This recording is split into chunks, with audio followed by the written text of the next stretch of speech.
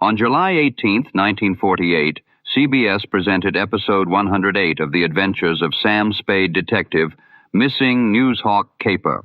Howard Duff stars as Sam Spade, with Lurene Tuttle returning as Effie Perrine. William Conrad, Sarah Berner, and Alan Reed are also heard. A.M. Youngblood, a newspaper publisher and editor, hires Spade to locate Ray McCully, the paper's leading crime reporter, who has vanished while pursuing its anti-racketeering campaign. With the police kept out of the assignment, Spade follows McCully's recent leads through newspaper and underworld circles in a script by Gil Doud and Robert Tallman. Now, back to the golden age of radio. The Adventures of Sam Spade, Detective, brought to you by Wild Root Cream Oil Hair Tonic, the non-alcoholic hair tonic that contains lanolin. Wild Root Cream Oil, again and again, the choice of men who put good grooming first.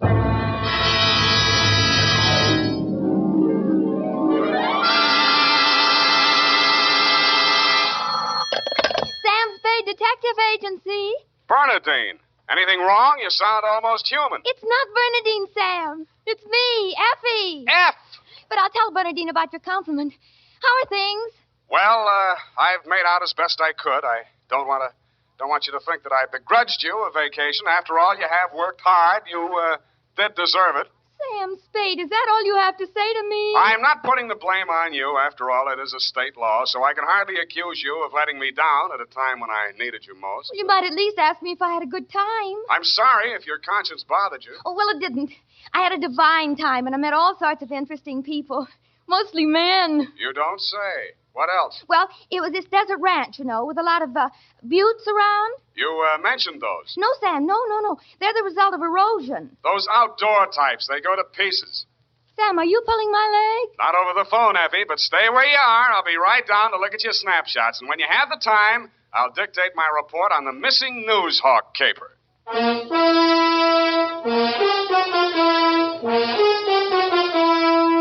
Dashiell Hammett, America's leading detective fiction writer and creator of Sam Spade, the hard-boiled private eye, and William Spear, radio's outstanding producer-director of mystery and crime drama, join their talents to make your hair stand on end with the adventures of Sam Spade. Presented by the makers of Wild Root Cream Oil for the hair. Wild Root Cream Oil. That's the famous name to remember, men, next time you buy hair tonic. And look what Wild Root Cream Oil does for you. It grooms your hair neatly and naturally. Wild Root Cream Oil also relieves dryness and removes loose, ugly dandruff. Yes, men, Wild Root Cream Oil is your shortcut to really handsome hair. So be smart. First chance you get Wild Root Cream Oil Hair Tonic. Again and again, the choice of men who put good grooming first. And now, with Howard Duff starring as Spade, Wild Root brings to the air the greatest private detective of them all in the adventures of Sam Spade.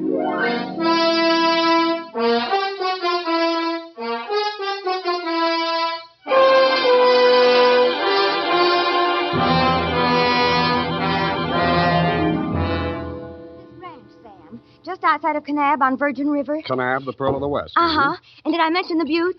Oh, well, they're very interesting. The result of erosion. Yes. And it's authentic, too. Fay Hamlin's ranch. You, mean a working ranch? Yes, you see, that way you get into the spirit. Mm-hmm. My job was to feed the chickens. And that's how I met him. One of the buttes? Oh, Sam, he's a very cultured gentleman. Culture smulcher. What's he do for a living? He cures stammering. You don't say. What's his name? Charlie Shank. Charlie Shank? He's the founder of the Shank Institute of Articulative Correction, which I should learn. Articulative correction. Where is this institute? Oh, I have the address here. General Delivery, Butte, Montana. Mm-hmm. You're sure you didn't help him break parole, Effie? Oh, no. We just went on long walks together. Where to? Oh, different points of interest. Like Wolf Canyon. Figures. Uh-huh. He invited me on this camping trip. Honorable, of course. Mm. But I couldn't go on account of my sunburn. I had an awful. Oh, I've still got it, you see. Mm. And then he went back to Butte. He had to leave in such a hurry he couldn't even say goodbye. Wow. It was a pity, too, because an old friend he hadn't seen in years came looking for him just a few minutes later. With a warrant? No, he was an attendant in a nearby hospital. Mental? Oh, yes, very intelligent. He read me some of his poetry. Maybe you've heard it. A loaf of bread, a jug of wine, and thou. Wait a minute. Isn't that the Rubaiyat of Omer Khayyam? That was written by a guy named Fitzgerald. Well, of course, that's his pen name. Quite a penman. Yes, but he's paid his debt to society. And the other time it was a bad beef. Oh, He told me all about it. Sure. He cried on my shoulder afterwards. Sweetheart, when you make a mistake, it's a beaut. Sam, nothing happened. Well, I'm glad he cured you of stammering anyhow. Ready? Oh, yeah. I've got a brand Work, new you notebook. know. Life goes on. I've got a brand new notebook, Sam. I'll just turn over a new leaf. Not a bad idea, dear. Date July 18 to Mr. Alex M. Youngblood. Try that again. Mr. Alex M. Youngblood, P.O., Box 317, San Francisco, from Samuel Spade, license number 137-596. Dear Mr. Youngblood, I need a vacation myself. You need trolley shank. You sound tired, Sam. Fortunately, until I met you, my only experience with any of the men and women who make your newspaper run had been with one of your corner newsboys who shortchanged me 2 times within as many days. I have not read your rag since. But your name looked imposing, and so did the $300 check upon which you had written it.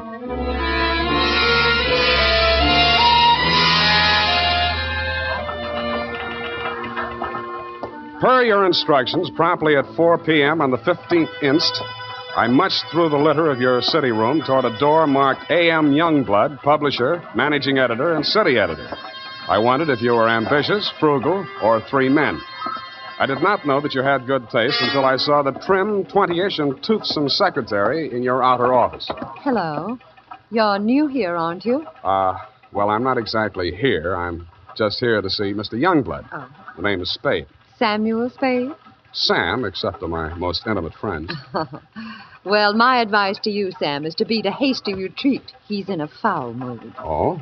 Why? Is he blind or older than he feels? I refer, of course, to your spectacular charm, Miss, if I may call you Miss. Please, this is neither the time nor the place. My name is Phyllis Watson, and my phone number is in the directory, if you're really interested. I could be. Thank you. And if a man answers, tell him you're my French teacher. Oui. You better go in now. If you're late to an appointment with him, you're through. Do you have any more words of wisdom? No, but I hope you can do something to improve his state of mind. He's been awful lately. Good luck, Sam. Thank you, Phyllis Watson. Come in. Now, 1 minute past 4. You must be Mr. Spade. That's right. You're almost late. Sit down, Spade. Cigar? No, thanks. Well, don't expect me to offer a drink. You aren't a drinker, I hope. You don't listen to the radio, do you? Well, you'll not drink in this office. Nothing here but a cooler filled with water from a clean, gurgling, laughing mountain stream. You sound like a reformed drunk, Mr. Youngblood. What's that? Well, it was a good many years ago. If you don't mind, I'll just paste up the weather report for my morning edition before we talk. Oh, you do that too, huh? Yes, obviously. And with good reasons. I remind myself that I was once a copy boy, and I find it a splendid way to, at least once each day, to lower myself to the level of the working man. There we are. Very hot in Phoenix, I see. Mm-hmm. Just what do you want a detective for, Mr. Youngblood? I was coming to that, Mr. Spade. Sorry. Now, well, first let me warn you that your assignment is a highly confidential one. They all are. In this case, a man's life may be at stake. Mm-hmm. The situation: my newspaper, at my order and under my guidance, has launched a campaign against crime. Not aimed at the petty criminal, but at the easy-living leeches at the controls of the rackets, the hoods in bankers' clothing, the mansion-house parasites who direct the pickpockets, the second-story men, the housebreakers, who gamble away $500,000 a year and pay income tax at only don't go to fraction pieces. of that amount. Yes, I understand. You're after the boys on the safer side of the fences. Nicely put, Spade, yes. Thank you. Well, the long and short of it is this. The author of the expose series, Ray McCully, my top crime reporter, has been missing for 2 days. I want you to find him. What makes you think he's still alive? Good heavens, Spade. Why must you suggest that he isn't? Because if I were a mansion-housed parasite in danger of being unhoused by a newshawk, I'd see said newshawk standing in a cement block on the bottom of the bay. I will accept that only when no stone has been left unturned. Every straw and every haystack has been searched. Every... nook and cranny?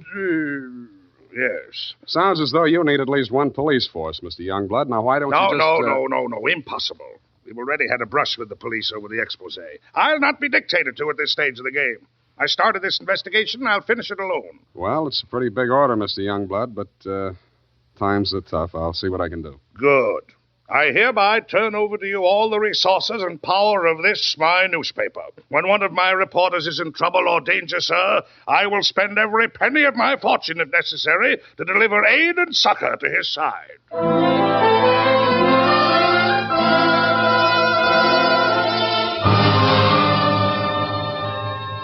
You then gave me Ray McCully's expose stories to date. I saw why you, his family and friends, and his creditors could have been worried about him. They were hot. One followed a stolen car from the time of the heist through the alteration of the body color, tire brands, license number, motor serial number to the time it was shoved onto a used car lot. They named names all the way through. And another did the same to the firm of Otter, Badger, and Mole, furriers, and alleged manufacturers of coats from clouted pelts. Ray McCully had dropped out of sight right after that story had been published. So I left your office hoping that I'd reach the address of Otter, Badger, and Mole before closing time. I did. The plushy showroom was occupied by a dozen attractive fur-bearing models, female, but wax. The live models, male, were wearing padded shoulders, pointed shoes, and coats tailored for underarm artillery. They would have looked more natural at Madame Tussaud's Waxworks, Bertram the burglar section. Hey, what'll it be? Something for the little woman? Where do I find Mr. Otter? You the law? Leo sent me. He's in his office. Come on. Oh, wait a minute. Don't crowd me. You say you want to see the boss? On business. Stop nudging me with a rod. In there, hey, move. Okay. Hey, boss. Yes, Woody? Here's Joe here to see you. Leo sent him. I'll nudge him in, Woody. No nudging, Woody. Well. So Leo's sending a man to see me. I wonder why. If you'll comb this character here out of my hair, I'll try and tell you. Sit down, Woody. Thanks. You're new in town. Yeah, that's why Leo sent me. A local muckraker named Ray McCully interviewed you. He also interviewed Leo, but it didn't get printed yet. Leo wants to find him. So do I. How can I help? Well, he walked out of here, went to his hotel, wrote the story, and mailed it in. That's the last anybody's seen of him. Leo was just sort of hoping that you'd already taken care of him. Not yet. That's all I wanted to know. Thanks. Just a moment. Yeah? Leo's sending you out alone? Why not? That's a tough boy, that McCully. He's got plenty of protection. That's what you need. What kind of protection? Go along with him, Woody. Who, me? You're Woody, aren't you? Now, look, Mr. Otter, I don't want to look a gift horse in the mouth, but the way I see it, this is a lone wolf-type caper. Hey, what's the matter, hey? You think I'm too good for you? Well, Woody, I wouldn't say that. Good. It's settled then. Take care of him, Woody, and don't mix it up with any of Leo's boys. If he's out to get that rat McCully, he's our friend.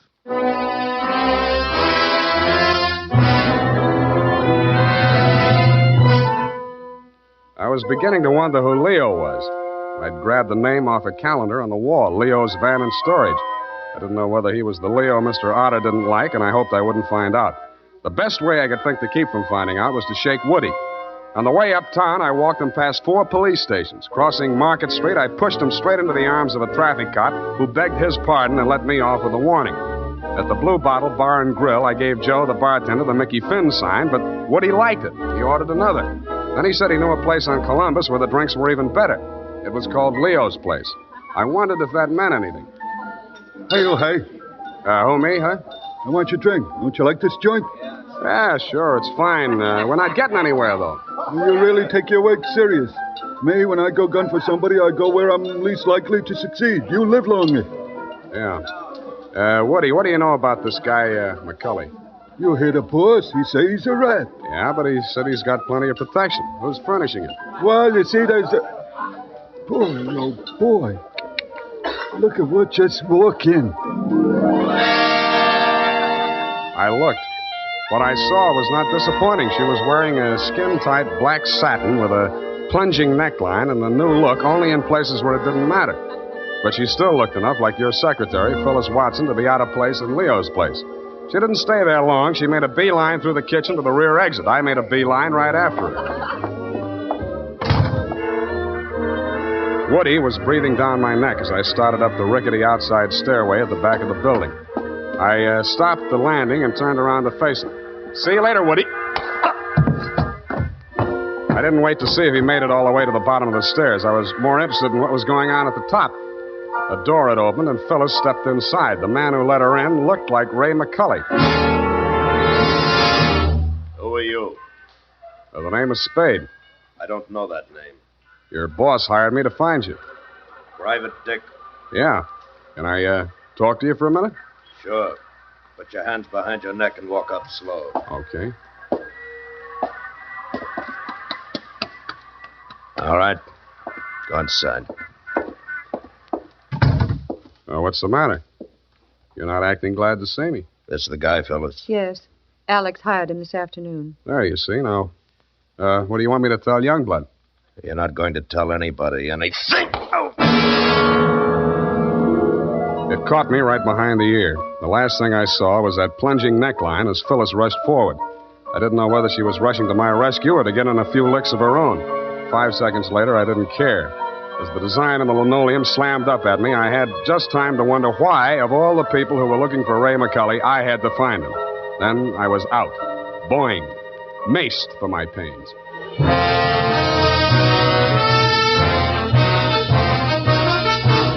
The makers of Wild Root Cream Oil are presenting the weekly Sunday adventure of Dashiell Hammett's famous private detective, Sam Spade.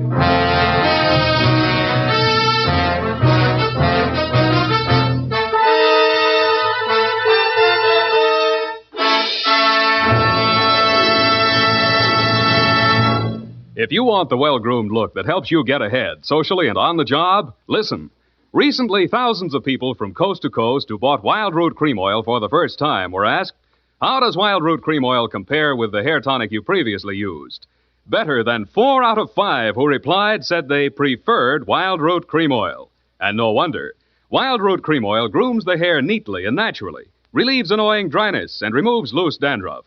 What's more, non-alcoholic Wild Root Cream Oil is the only leading hair tonic that contains soothing lanolin. So ask for Wild Root Cream Oil Hair Tonic. Again and again, the choice of men who put good grooming first. By the way, smart girls use Wild Root Cream Oil, too. And mothers say it's grand for training children's hair.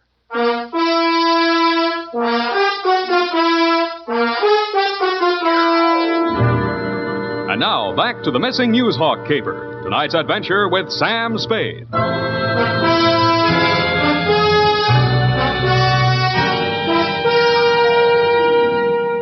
I was lying on the floor in a room with nothing in it but a sink, an army cot, a square of dirty linoleum, and a body. I staggered to my feet, ran some cold water over my head, and took a closer look. It was Ray McCully. He was a very dead, crusading reporter. He'd been stabbed clean through with a long-bladed kitchen knife. It said on the handle, property of Leo's place. I went through his pockets. In his wallet, a press card, a police card, union card, and 10 genuine, crisp, new $1,000 bills. That gave me a line on the killer. He was crazy. So was I. I left it on him, too. Folded up in his vest pocket, I found 2 newspaper clippings, one from the Chronicle and one from your paper. Both weather reports for the same date. It was very hot in Phoenix, according to both papers. But according to your weather report, the temperature in Needles, California was 135 degrees. That needled me. So did the slip of paper I found on his shoe. The number 9 and a date had been stamped on it with a rubber stamp. The date was the same as that of the weather reports. I turned it over. It said Ruthie's Booth, Manson Bowling Alley.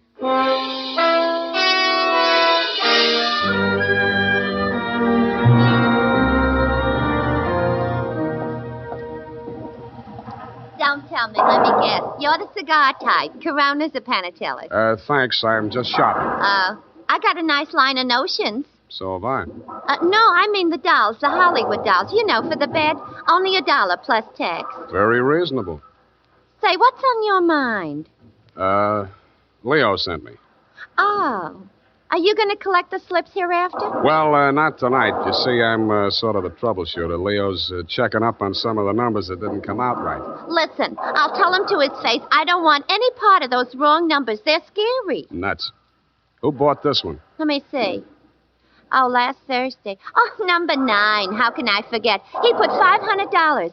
And honest, if he's been around once, he's been around 100 times to see if it paid off. Did it? What's his name? Mr. Spinelli. He buys a slip every day. And if you ask me, he's learned his system. Because he's been winning, you know. Dimes and then $1 and then $5. And then when he come in with 500 on number 9 until he dropped dead, did it win? Where does he live? It did. Wait, I'll look on the sheet. Hey, somebody else was in just this afternoon. Give me that address. Hurry up, will you? Well, it's right around the corner on Manson, 810. Say, maybe that's his system, 8 and 1. Don't that add up to 9? Hey, what's the matter? Where are you going in such a rush?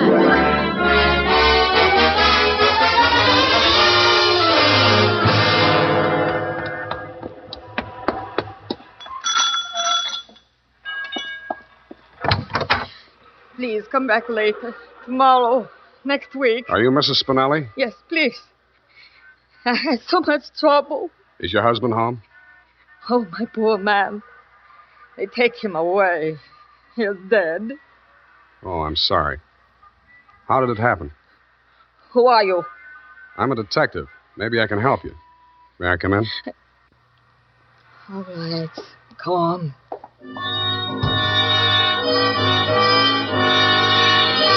It took quite a while to gain her confidence, and after that, it took still quite a while to piece together the grief-stricken grumble of words that poured out of her. When I got it down in the form of a statement, I asked her to read it over. Item: statement by Mrs. Arturo Spinelli.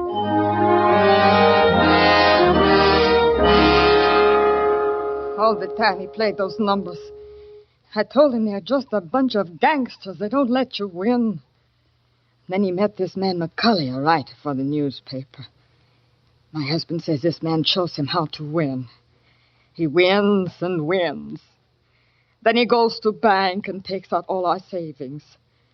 I begged to him not to do it. But no, he was greedy. And this McCully poisoned his mind. Sure, he won. He brought the money home in his hand. $10,000. I don't want it. I'm scared. I took it while he was sleeping with wine and gave it to the men. I tell him all I want is the 500. He tried to tell me we do good.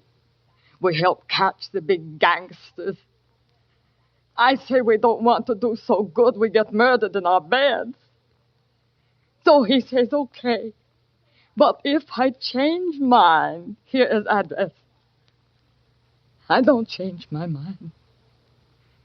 Because already my husband, he is dead. Has home. Stabbed. No, I don't change my mind.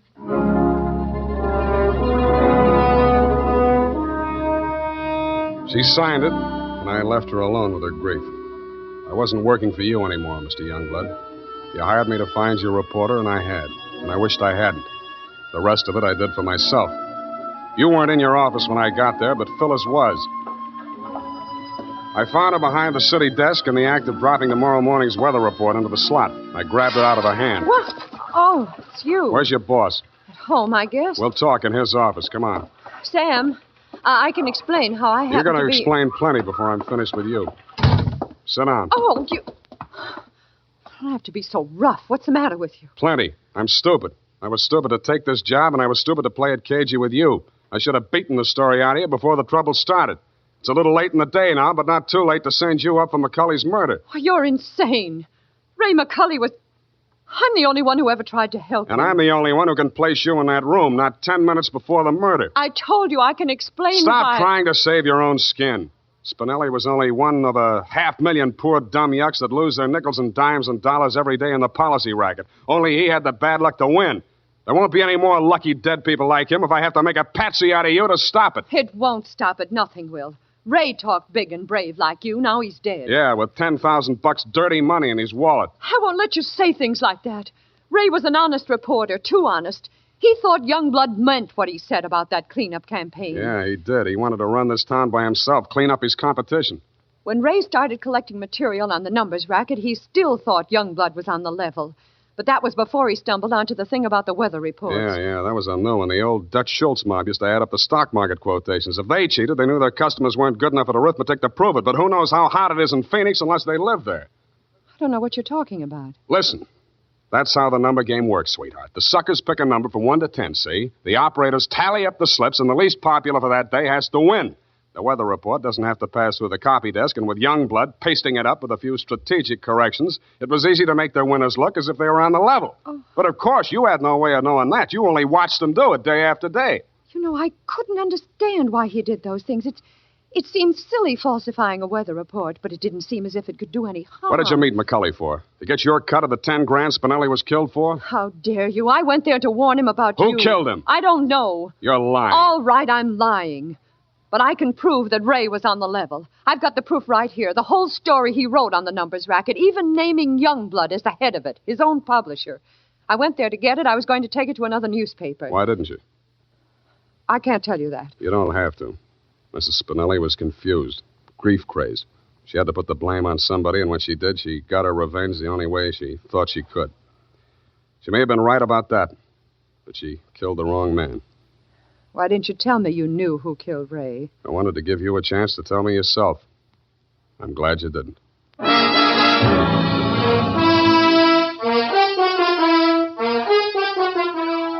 And that, Mr. Youngblood, is the crop. I'm sure you appreciate the fact that I gave the double scoop to your paper. Like Mrs. Spinelli, I have my own ideas of vengeance. Besides, it may up your circulation a little, and you can certainly use a little extra money for your defense. By the way, who's Leo? Period, end of report. But, Sam. Yes, Effie. I thought Mrs. Spinelli killed Ray McCully. The vacation helped. You're absolutely correct. Mrs. Spinelli killed Mr. McCully, if you'll pardon the expression. But why did she kill her husband? I was wrong. The vacation didn't help. You mean she didn't? She killed McCully to avenge the murder of her husband. You mean Mr. McCully killed Mr. Spinelli? Effie, stop. I'll go mad. Oh, you need a vacation, Sam. Look, type that up. The clatter of the keys may stimulate you to further cerebral activity. I beg your pardon, Sam? Brain work. Now, shoot. Oh, brain work. Oh, well, you know best. Tonight, men, or first thing tomorrow, get Wild Root Cream Oil and see what wonders it does for your hair. Notice how easy it is to apply. Notice what a neat, natural job it does of grooming your hair. Notice, too, how effectively Wild Root Cream Oil relieves annoying dryness and removes loose, ugly dandruff. No getting around it. Once you try it, you'll never be without it. So tonight, or first thing tomorrow, call at your drug or toilet goods counter for Wild Root Cream Oil. Get the big economy bottle and the handy new tube that's easy to pack when you travel. Also, ask your barber for a professional application of Wild Root Cream Oil Hair Tonic. Again and again, the choice of men who put good grooming first. Well, here it is, Sam. And you were absolutely right. The typing cleared my mind. It's all clear now except for one thing. Well, let's clear that up right away. Why did Mrs. Spinelli kill her husband? She did not kill her husband. Oh, I'm sorry. I meant, why did Mr. McCully kill Mr. Spinelli? Kelly did not kill Spinelli. Who's Kelly? McCully. McCully's real name was Kelly? Now, let's start all over again. Disregard everything we said up until now. Make your mind a complete blank. All right, Sam. In the first place, McCully did not kill Spinelli. That's what I said. It was his wife, wasn't it? Now, wasn't it, Sam? Oh, stop teasing me. Sam, why do you look at me like that? Effie, Mr. Spinelli was killed by one of the policy racket hoods to get back the 10 grand he won on the numbers game. Then how did the money get into Kelly's pocket? McCully's. Why do you insist on using his alias, Sam? Effie, that was a tip of the tongue. I mean, look, Mrs. Spinelli took it to him because she was afraid her husband might be killed for it. Then why didn't they take the money when they killed him? Because Mrs. Spinelli had already taken it. Then she did kill him. Go home, Effie! All right, Sam. I'm sorry I'm so irritable to you, but I thought it's... Well, it's been so long since I've been here, you know, Sam. Angel, you're just tired. Vacations have a habit of doing that to you. After a week or two in the office, you'll be all rested up again. I'll take it easy. You act as though you thought my mind were affected. Come here. Sam, now don't. My sunburn. Oh, it hurts. It's nice to have you back. You look good, too. All tanned and healthy. It's great. I think my nose is peeling. Well, don't pick at it. I won't. Good night, Sam. Good night, sweetheart.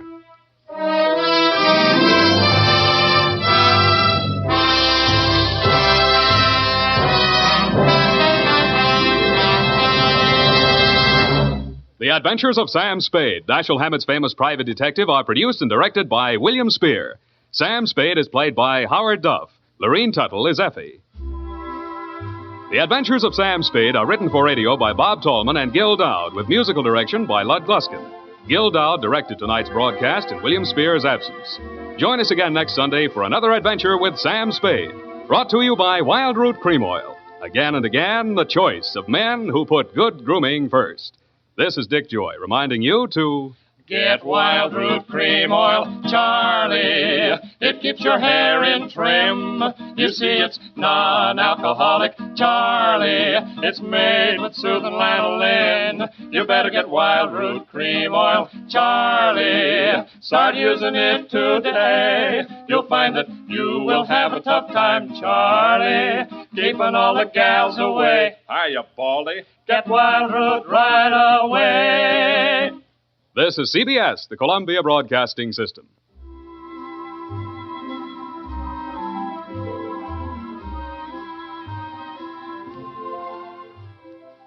That brings us to the close of Missing Newshawk Caper.